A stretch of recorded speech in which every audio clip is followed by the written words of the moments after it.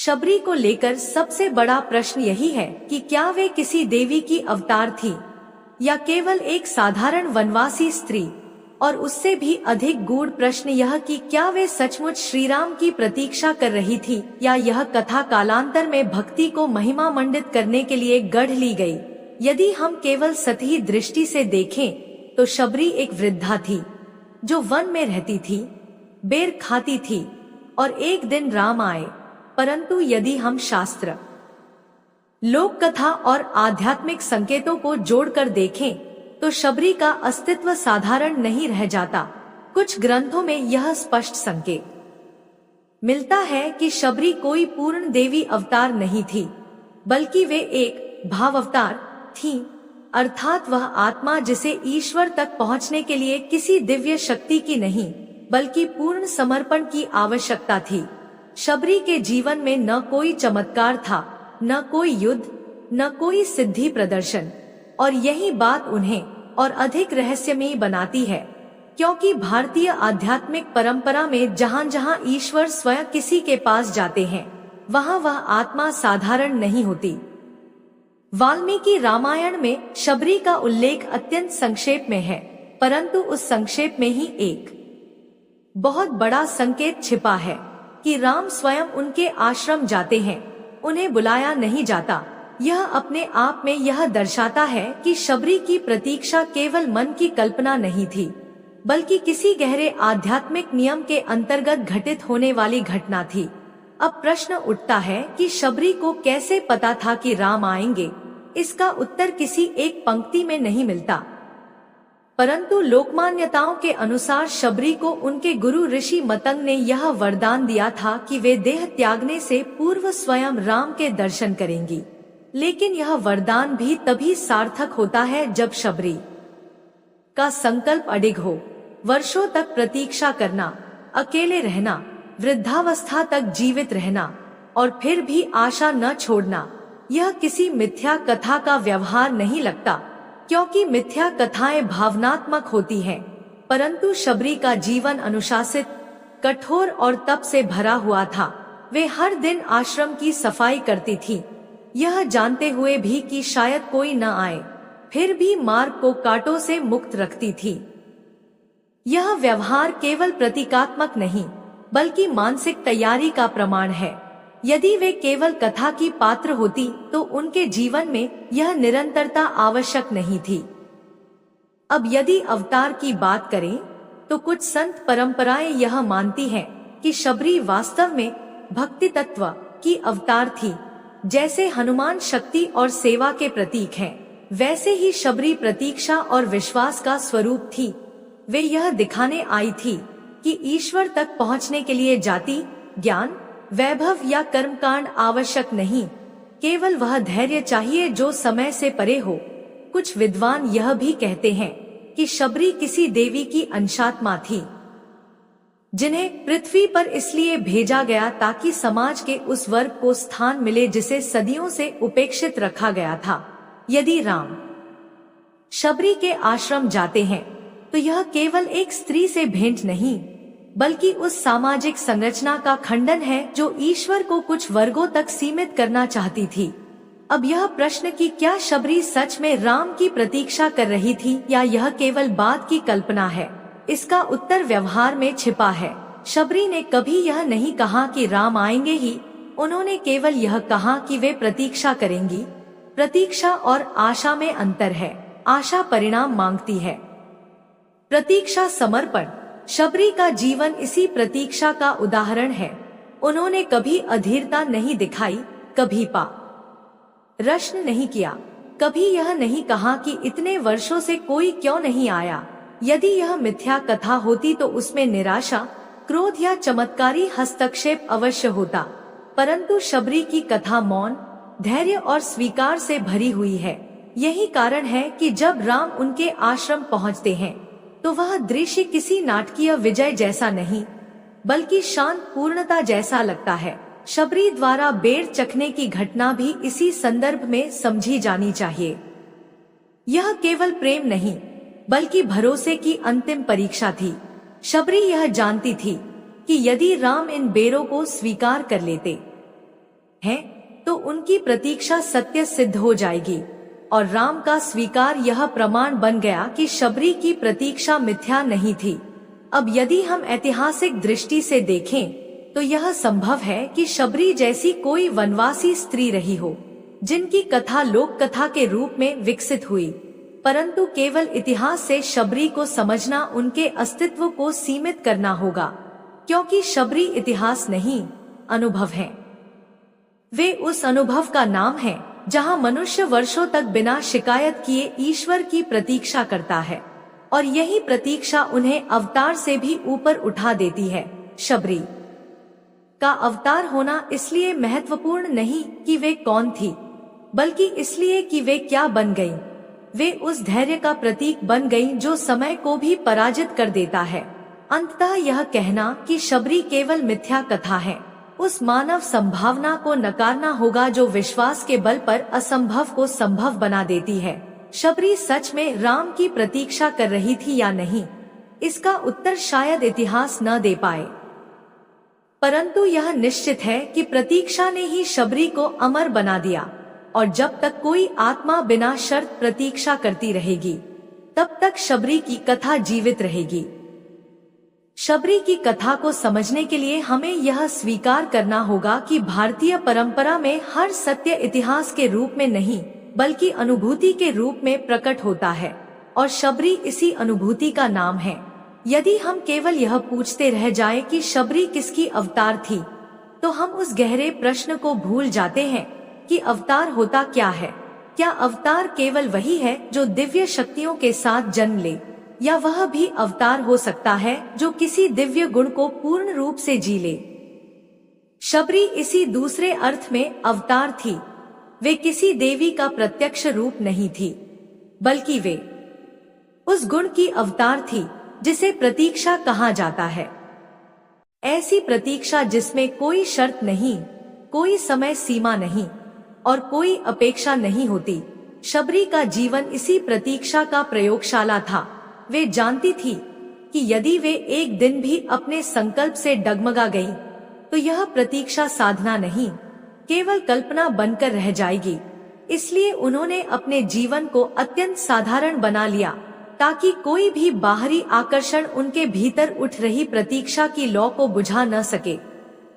अब यह प्रश्न कि क्या वे सच में श्री राम की प्रतीक्षा कर रही थी, इसका उत्तर उनके व्यवहार में छिपा है।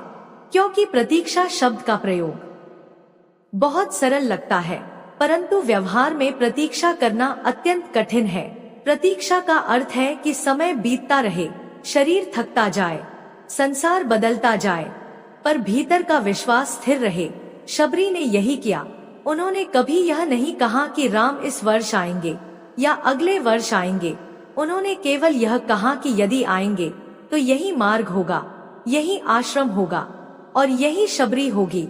यह निश्चितता किसी मिथ्या कथा में नहीं आती, क्योंकि मिथ्या कथाएं परिणाम पर केंद्रित होती हैं, प्रक्रिया पर नहीं। शबरी की कथा पूरी तरह प्रक्रिया पर आधारित है। हर दिन का उठना, हर दिन का सफाई करना, हर दिन का प्रतीक्षा करना और हर दिन का बिना शिकायत सो जाना, यही क्रम उनके जीवन का आधार था। अब कुछ विद्वान यह तर्क देते हैं कि शबरी की कथा को बाद में समाज सुधार के लिए गढ़ा गया, ताकि भक्ति मार्ग को लोकप्रिय बनाया जा सके। पर यदि ऐसा होता तो कथा में चमत्कारों की भरमार होती। शबरी कोई सिद्धि दिखाती, कोई वरदान देती, कोई दिव्य शक्ति प्रकट होती, पर ऐसा कुछ नहीं होता। शबरी का सबसे बड़ा चमत्कार उनका धैर्य है, और धैर्य को गढ़ना सबसे कठिन होता है, क्योंकि उसे निभाना पड़ता है। अब यदि हम अवतार की अवधारणा को और गहराई से देखें, तो भारतीय दर्शन में यह माना गया है कि ईश्वर केवल शरीर धारण करके ही नहीं आते, वे कभी कभी गुण बनकर भी आते हैं। जैसे कहीं करुणा अवतरित होती है, कहीं त्याग, कहीं वीरता और कहीं प्रतीक्षा। शबरी इसी प्रतीक्षा का अवतरण थी। उनका उद्देश्य यह दिखाना था कि ईश्वर को बुलाया नहीं जाता, उनके लिए स्वयं को तैयार किया जाता है। और यही कारण है कि राम स्वयं शबरी के आश्रम जाते हैं, न कि शबरी राम के पास। यह घटना प्रतीकात्मक नहीं बल्कि दार्शनिक है। यह बताती है कि जब मनुष्य भीतर से पूर्ण हो जाता है तो ईश्वर को चलकर आना पड़ता है। शबरी द्वारा बेर चखने की घटना को भी इसी दृष्टि से समझना चाहिए। यह केवल प्रेम का प्रदर्शन नहीं था, बल्कि यह अंतिम सत्यापन था कि क्या प्रतीक्षा व्यर्थ गई या नहीं। शबरी जानती थी कि यदि राम उन बेरों को स्वीकार कर लेते हैं तो यह केवल बेरों की स्वीकृति नहीं होगी, यह उनके जीवन की स्वीकृति होगी। और राम का स्वीकार यह प्रमाण बन गया कि शबरी की प्रतीक्षा केवल मन का भ्रम नहीं थी। अब यह भी पूछा जाता है कि यदि शबरी सच में राम की प्रतीक्षा कर रही थी तो क्या यह उन्हें पहले से ज्ञात था कि राम कौन है। इसका उत्तर यह है कि शबरी राम को राजा के रूप में नहीं, ईश्वर के रूप में नहीं, बल्कि सत्य के रूप में जानती थी। उनके लिए राम कोई नाम नहीं, बल्कि वह संभावना थे जो एक दिन उनके जीवन को पूर्ण कर देगी। और यही कारण है कि जब राम उनके सामने आए तो शबरी ने कोई प्रश्न नहीं किया, कोई प्रमाण नहीं मांगा, कोई परिचय नहीं पूछा, क्योंकि प्रतीक्षा परिचय की मोहताज नहीं होती, वह पहचान लेती है। अब यदि कोई कहे कि शबरी की कथा केवल एक मिथक है तो हमें यह भी पूछना होगा कि मिथक किसे कहते हैं। क्या वह जो घटित नहीं हुआ या वह जो हर युग में घटित होता रहता है। क्योंकि आज भी संसार में न जाने कितनी शबरियां हैं जो किसी नाम के ईश्वर की नहीं, बल्कि किसी अर्थ, किसी सत्य, किसी प्रेम की प्रतीक्षा कर रही हैं। और यही कारण है कि शबरी की कथा समय के साथ समाप्त नहीं होती, वह हर उस मनुष्य में पुनः जन्म लेती है जो बिना शर्त प्रतीक्षा करता है। शबरी का अवतार होना इस अर्थ में सत्य है कि वे एक विचार का अवतरण थी, और उनकी प्रतीक्षा इस अर्थ में सत्य है कि वह आज भी मनुष्य की सबसे कठिन साधना बनी हुई है। अंततः शबरी की कथा हमें यह नहीं बताती कि राम कब आए, बल्कि यह बताती है कि जब आए तो शबरी तैयार थी, और शायद यही तैयारी जीवन का सबसे बड़ा सत्य है। शबरी की प्रतीक्षा को यदि हम केवल एक भावनात्मक कथा मानकर छोड़ दें, तो हम उस गहरे आध्यात्मिक सत्य को खो देते हैं जो इस प्रतीक्षा के भीतर छिपा है। क्योंकि शबरी का जीवन यह प्रश्न उठाता है कि प्रतीक्षा वास्तव में होती क्या है। क्या प्रतीक्षा का अर्थ किसी निश्चित घटना का इंतजार करना है या स्वयं को उस घटना के योग्य बनाना। शबरी की साधना इसी दूसरे अर्थ में प्रतीक्षा थी। उन्होंने कभी यह तय नहीं किया कि प्रभु किस रूप में आएंगे, किस समय आएंगे या आएंगे भी या नहीं।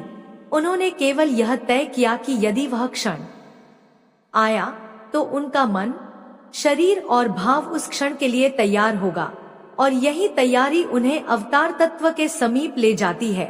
क्योंकि भारतीय दर्शन में अवतार का अर्थ केवल दिव्य जन्म नहीं, बल्कि दिव्य अवस्था भी है। जब कोई साधारण मनुष्य अपने भीतर किसी एक गुण को पूर्णता तक जी लेता है तो वह उस गुण का अवतार बन जाता है। शबरी इसी अर्थ में प्रतीक्षा की अवतार थी। अब यह प्रश्न बार बार उठता है कि क्या शबरी सच में श्री राम की प्रतीक्षा कर रही थी, या यह केवल बाद की पीढ़ियों द्वारा गढ़ी गई एक भावनात्मक कथा है।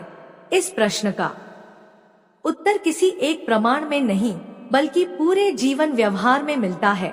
क्योंकि यदि शबरी की प्रतीक्षा केवल कल्पना होती तो उनके जीवन में अनुशासन की इतनी कठोरता नहीं होती। वे वर्षों तक एक ही स्थान पर नहीं टिकती। वे बार बार यह नहीं दोहराती कि मार्ग साफ रहना चाहिए, कि आश्रम निर्मल रहना चाहिए। यह व्यवहार किसी कथापात्र का नहीं, बल्कि किसी साधक का होता है। साधक वही करता है जो परिणाम से स्वतंत्र होता है। शबरी का जीवन परिणाम से पूर्णतः मुक्त था। वे यह नहीं जानती थी कि प्रतीक्षा सफल होगी या नहीं, फिर भी वे प्रतीक्षा करती रहीं। और यही तथ्य इस कथा को मिथक से ऊपर उठा देता है, क्योंकि मिथक वहां जन्म लेता है जहां परिणाम निश्चित होता है, जबकि शबरी की कथा अनिश्चितता में जीने की कथा है। अब कुछ विचारक यह तर्क देते हैं कि शबरी की कथा समाज को यह सिखाने के लिए रची गई कि ईश्वर जाति और वर्ग नहीं देखता, पर यदि यह केवल सामाजिक संदेश होता तो कथा वहीं समाप्त हो जाती, पर शबरी की कथा समाज से आगे जाकर आत्मा तक पहुंचती है।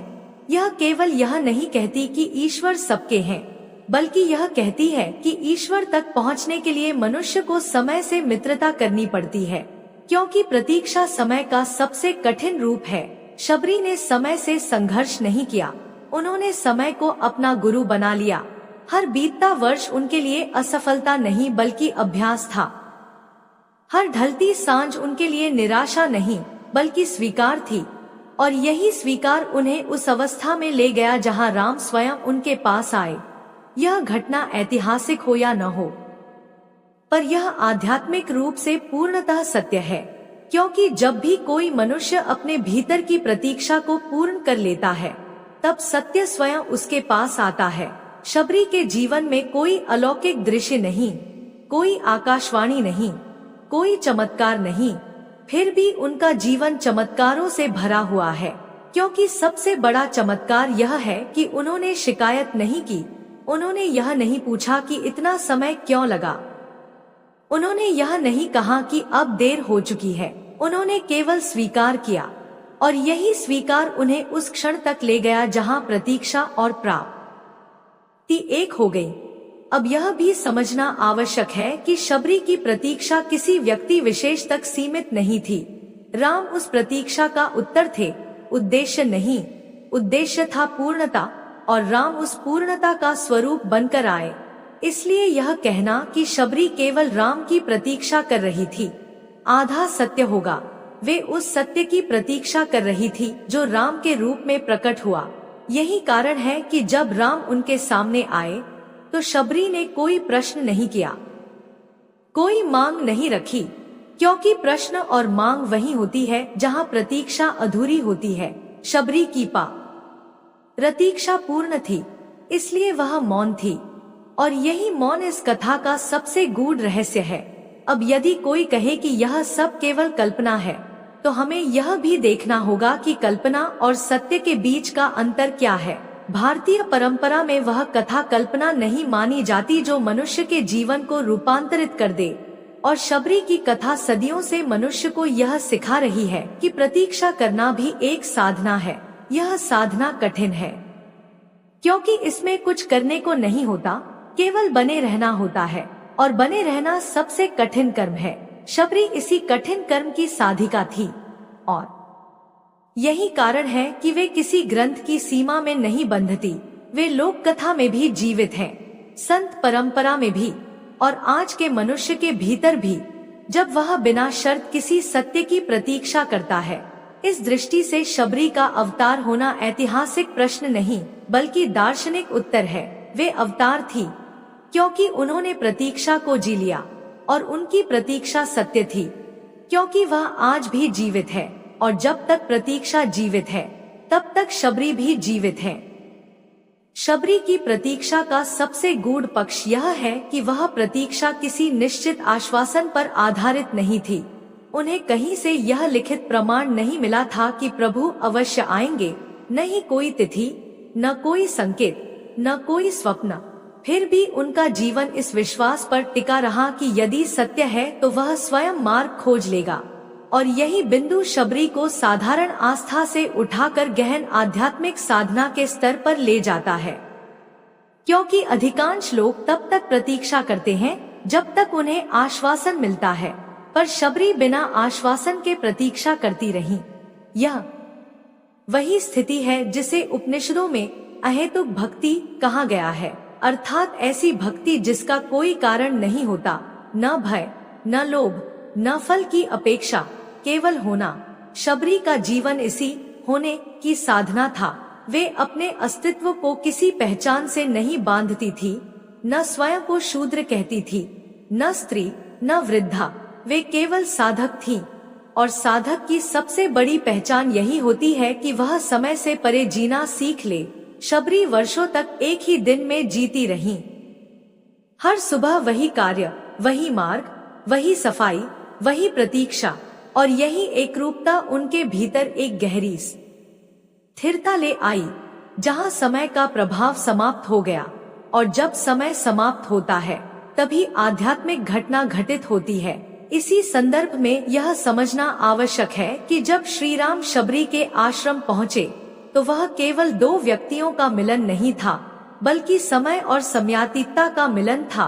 राम उस धर्म और सत्य के प्रतिनिधि थे जो संसार में सक्रिय है, और शबरी उस प्रतीक्षा की प्रतिनिधि थी जो संसार से मुक्त हो चुकी है। इसलिए उस मिलन में कोई औपचारिक संवाद नहीं हुआ, कोई परिचय नहीं, कोई प्रश्न नहीं, क्योंकि जहाँ सत्य और प्रतीक्षा मिलते हैं वहाँ शब्द व्यर्थ हो जाते हैं। शबरी द्वारा बेर चखने की घटना को भी इसी मौन के संदर्भ में समझना चाहिए। यह व्यवहार किसी सामाजिक नियम का उल्लंघन नहीं था, बल्कि यह उस सहजता का प्रमाण था जहाँ कोई बनावट शेष नहीं रहती। शबरी उस अवस्था में थी जहाँ वे राम को ईश्वर के रूप में नहीं, अतिथि के रूप में नहीं, बल्कि अपने ही अस्तित्व के उत्तर के रूप में देख रही थी। और जब कोई अपने अस्तित्व के उत्तर के सामने खड़ा होता है तो वहाँ औपचारिकता नहीं रहती, केवल सहजता बचती है। अब यह भी विचारणीय है कि यदि शबरी की कथा केवल एक मिथ्या होती तो उसमें संघर्ष का समाधान बाहरी चमत्कार से होता, पर यहाँ समाधान भीतर से आता है। शबरी का संघर्ष किसी बाहरी बाधा से नहीं था, बल्कि समय से था, और समय पर विजय पाने का एकमात्र उपाय धैर्य है। यही धैर्य शबरी का वास्तविक अवतार था। वे धैर्य की अवतार थी, प्रतीक्षा की मूर्ति थी, और विश्वास की सजीव परिभाषा थी। इसलिए यह प्रश्न कि शबरी किसकी अवतार थी, इसका उत्तर किसी देवी के नाम में नहीं मिलता, बल्कि एक गुण में मिलता है। वे उस गुण की अवतार थी जिसे मनुष्य सबसे कठिन मानता है, और वह है बिना प्रश्न किए प्रतीक्षा करना। और यह प्रश्न कि क्या शबरी सच में राम की प्रतीक्षा कर रही थी, इसका उत्तर भी इतिहास से अधिक मनोविज्ञान में छिपा है, क्योंकि मनुष्य वही करता है जिसमें उसे अर्थ दिखाई देता है। और शबरी का पूरा जीवन इस बात का प्रमाण है कि उनकी प्रतीक्षा में उन्हें अर्थ दिखाई देता था। कोई भी व्यक्ति केवल कथा के लिए, केवल भ्रम के लिए जीवन भर कठोर साधना नहीं करता। इसलिए यह कहना कि शबरी की प्रतीक्षा मिथ्या थी, स्वयं मनुष्य की आंतरिक संभावनाओं को नकारना होगा।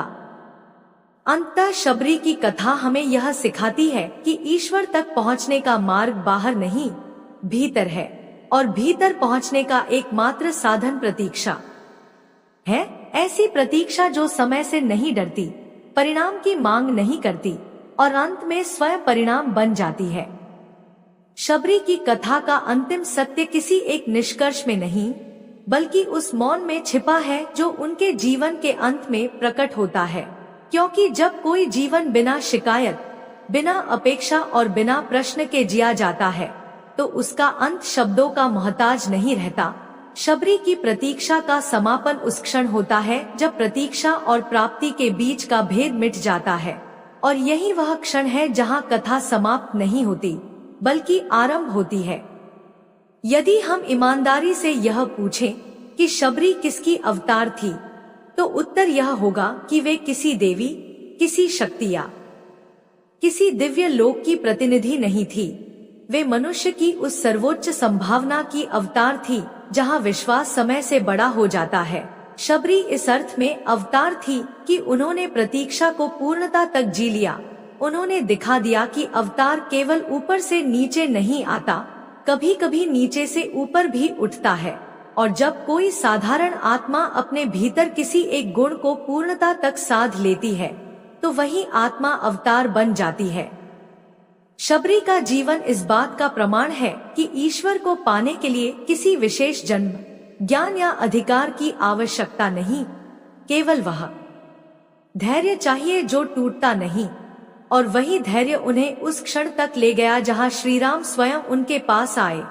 यह घटना ऐतिहासिक रूप से घटित हुई या नहीं, यह प्रश्न अंततः अप्रासंगिक हो जाता है, क्योंकि जो कथा सदियों तक मनुष्य के भीतर धैर्य, करुणा और समर्पण को जीवित रखे, वह केवल मिथक नहीं हो सकती।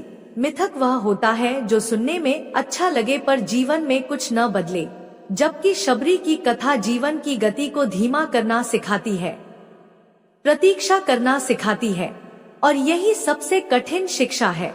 आधुनिक मनुष्य परिणाम चाहता है, त्वरित फल चाहता है, शीघ्र उत्तर चाहता है, पर शबरी का जीवन कहता है कि कुछ उत्तर केवल समय के पार मिलते हैं और कुछ सत्य केवल तब प्रकट होते हैं जब मनुष्य प्रश्न करना छोड़ देता है। शबरी ने कभी यह नहीं पूछा कि प्रभु क्यों आएंगे, कब आएंगे, या आएंगे भी या नहीं। उन्होंने केवल स्वयं को तैयार रखा, और यही तैयारी जीवन का सबसे बड़ा धर्म है, क्योंकि जो तैयार होता है वही योग्य होता है। शबरी की प्रतीक्षा किसी व्यक्ति के लिए नहीं, बल्कि उस पूर्णता के लिए थी जिसे राम ने स्वरूप दिया।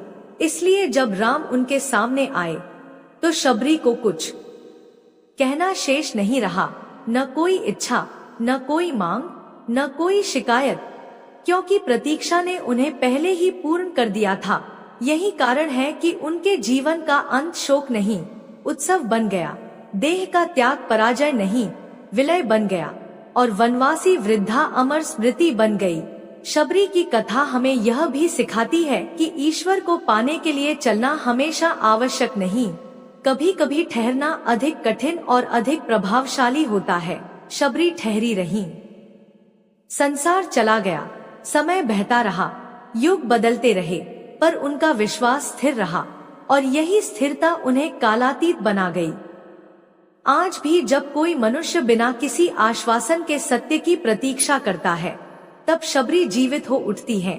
जब कोई बिना शिकायत अपने कर्तव्य को निभाता है, तब शबरी सांस लेती है, और जब कोई बिना फल की चाह के प्रेम करता है, तब शबरी पूर्ण होती है।